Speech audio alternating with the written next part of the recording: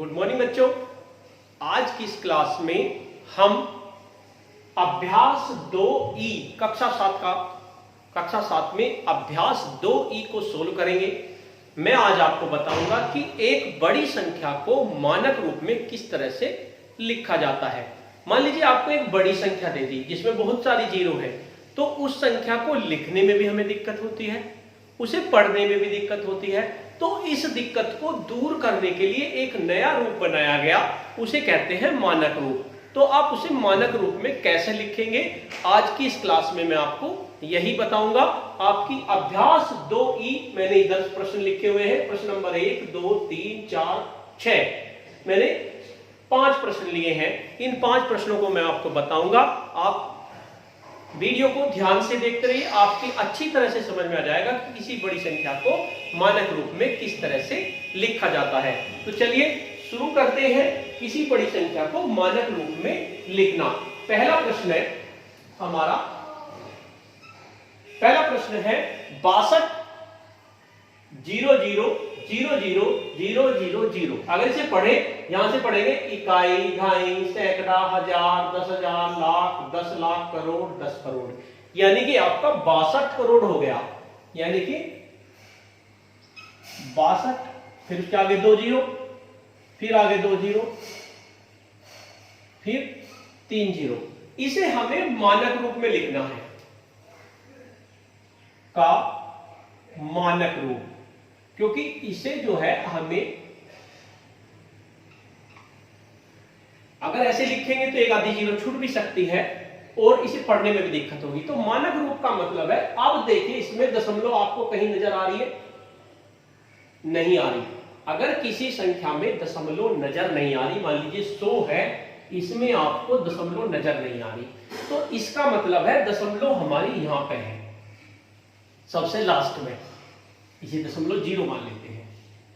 यानी कि कोई संख्या में अगर हमें दशमलव नहीं चमक रही, मान लीजिए 545 है, इसमें हमें दशमलव नहीं चमक रही, तो हम ये मान लेंगे दशमलव यहां है, क्योंकि दशमलव के बाद कुछ भी उसकी कोई वैल्यू नहीं है। अगर उसके आगे जीरो है, 545 भी ऐसे लिखा जाएगा और 545.0 भी ऐसा लिखा जाएगा, यानी कि दशमलव हमारी यहां है।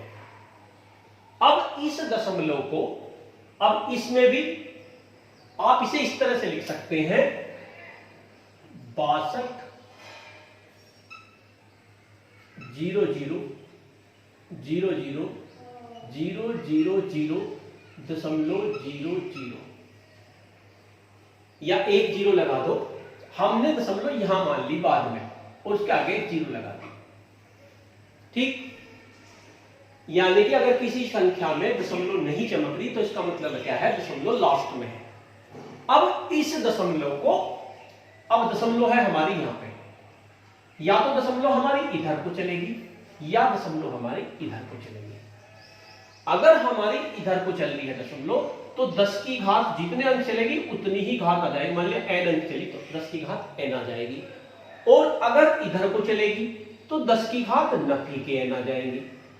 यानी जितने अंक चलेगी दशमलव उतने इधर को चलेगी दशमलव, तो हमारा 10 की घात n जमा का आ जाएगा, और अगर इधर को चलेगी 10 की घात नफी के n आ जाएंगे।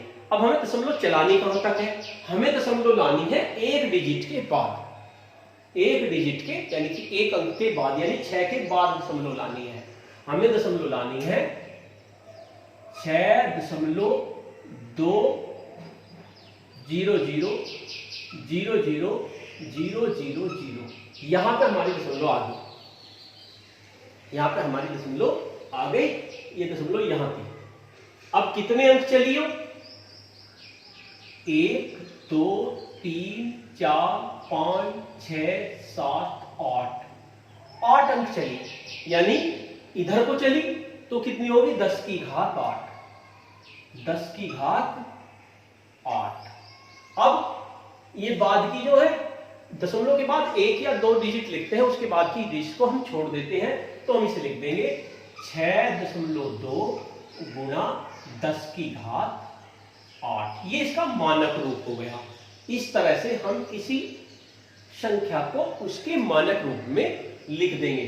इसे आप कहीं अलग से नोट कर लो।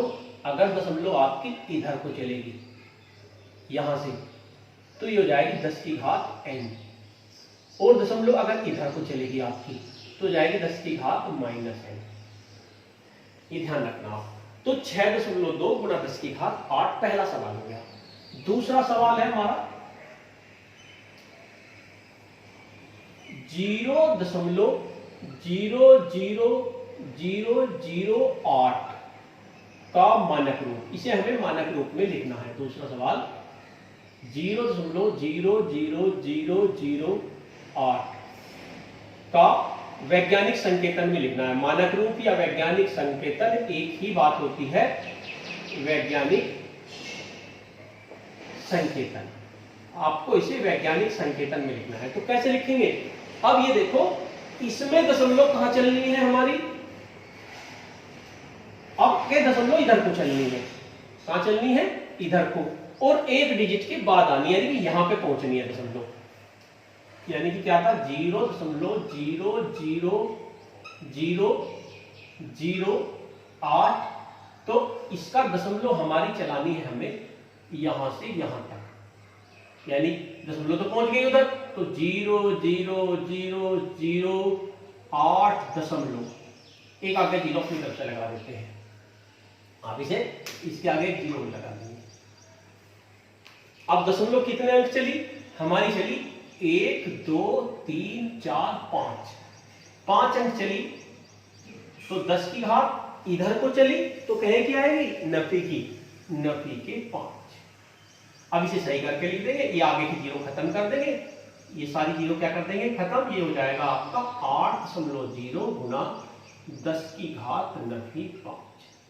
तो इस तरह से आप वैज्ञानिक संकेतन में लिख सकते हैं, यानी छोटा सा लिख दिया हमने, इतनी सारी जीरो न लगा के छोटा सा लिख दिया, उसे कहते हैं मानक रूप। तो इस तरह से हम किसी बड़ी संख्या को मानक रूप में लिख सकते हैं। तीसरा सवाल है आपका वैज्ञानिकों का अनुमान है, पहले प्रश्न लिखेंगे उसके बाद हल करेंगे। वैज्ञानिकों का अनुमान है चंद्रमा की उत्पत्ति आज से लगभग 460 करोड़ वर्ष पूर्व हुई। यानी चंद्रमा की उत्पत्ति कब हुई? चंद्रमा की उत्पत्ति हुई 460 करोड़ वर्ष पहले। अब 460 करोड़ को पहले तो आप करोड़ में चेंज करेंगे भाई, इकाई, दाई, सैकड़ा, हजार, 10,000, लाख, और आगे करोड़ हो गया हमारा। तो इस कितनी जीरो आई? 1 2 3 4 5 6, 6 जीरो लगा देंगे। 1 2 3 4 5 6, 460 करोड़ वर्ष, इतने वर्ष हो गए। इकाई, ढाई, सैकड़ा, हजार, 10,000, लाख, करोड़, 10 करोड़ और 100 करोड़, यानी 460 करोड़ वर्ष पहले चंद्रमा की उत्पत्ति हुई। अब इसको हमें मानक रूप में लगना है। दशमलव कहां है हमारी? यहां। कहां है हमारी दशमलव? यहां। और हमें लानी कहां? यहां से, हमें यहां से यहां लानी है दशमलव, यानी कि क्या हो जाएगा? 4.60, बस 2 ही अंक लिख लो, उसकी ज्यादा जरूरत नहीं है, गुना 10 की घात, जमा क्या आएगी क्योंकि इधर को गई, कितनी आएगी? 1 2 3 4 5 6 7 8, 10 की घात 8 वर्ष। तो ये हमने मानक रूप में लिख दिया इस तरह से, यानी दशमलव हम यहां से, क्योंकि इसमें दशमलव थी नहीं, हमने अपनी तरफ से लगा दी, तो 4.60 में 10 की घात 8 वर्ष। इस तरह से आप किसी संख्या को मानक रूप में लिख सकते हैं। सवाल नंबर 4 करेंगे। एक बार आगे सभी क्वेश्चनों को रफ में करेंगे, उसके बाद अपनी क्लियर में भी कर लेंगे। सवाल नंबर 5 है, चौथा है आपका, पृथ्वी की सूर्य से दूरी लगभग 15,000,000,000,000। पृथ्वी की सूर्य से दूरी दे रखी है 15,000,000,000 000 इतने किलोमीटर। इकाई, ढाई, सैकड़ा, हजार, 10,000, लाख, 10 लाख, करोड़, 10 करोड़, यानी 15 करोड़ जो किलोमीटर दूर है पृथ्वी सूर्य से। आप इसको मानक रूप में लिखेंगे। कैसे लिखेंगे? दशमलव कहाँ है हमारी? अब दशमलव है हमारी यहाँ पे। इसे आप ऐसे लिख दो 15,00,00,00,000 दशमलव, यहाँ लगा दिया हमने दशमलव। उसके आगे लगाना चाहो तो आप एक 0 लगा देंगे, किलोमीटर। अब देखो हमें दशमलव यहां से यहां लानी है एक अंक के बाद, यानी दशमलव यहां से चलेगी और कहां पहुंचेगी? यहां पे। तो कैसे करेंगे? 1.50, एक 0 लगा दो, बस 2 अंक लिख दो। उसके बाद कितनी चली? 1, 2, 3, 4, 5, 6, 7, 8, यानी कि 10 की घात इधर को चली तो दशमलव क्या आएगी? जमा की 8 किलोमीटर। इस तरह से ये आपका चौथा सवाल हो जाएगा। पांचवा सवाल है आपका छठा। पांचवे में मैंने छोड़ दिया है, पांचवा नेक्स्ट क्लास में करेंगे हम। छठा, निम्नलिखित संख्याओं को वैज्ञानिक संकेतन में व्यक्त करो। ये संख्याएं आपको दी हैं, इन्हें आपको वैज्ञानिक संकेतन में व्यक्त करना है। पहला है 4250000।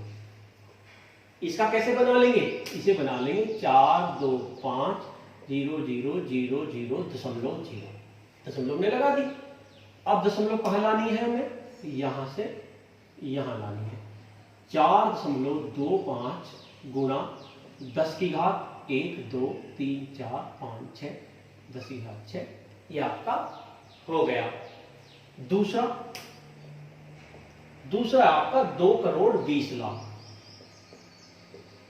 2,20,00,000 पहले से अंकों में लिख देंगे। इकाई, ढाई, सैकड़ा, हजार, 10,000, लाख, 10 लाख, यानी 20 लाख हो गया आपका।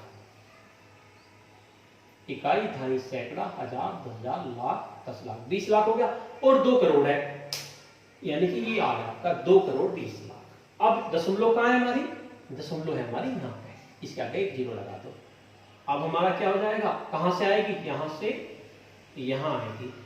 2.2 गुणा 10 की घात 1, 2, 3, 4, 5, 6, 7, 10 की घात 7। इस तरह से आपसे लिख देंगे। तीसरा सवाल है हमारा 0.0000045। अब देखिए इसमें दशमलव आपकी आगे है, दशमलव को उधर पहुंचाना है, तो 10 की घात माइनस की आएगी। कहां पहुंचाना है दशमलव को? यहां से यहां पहुंचाना है हमें। तो क्या लिख देंगे? 0,0,0,0, एक ये 0 पहले वाली, और ये कितनी होगी?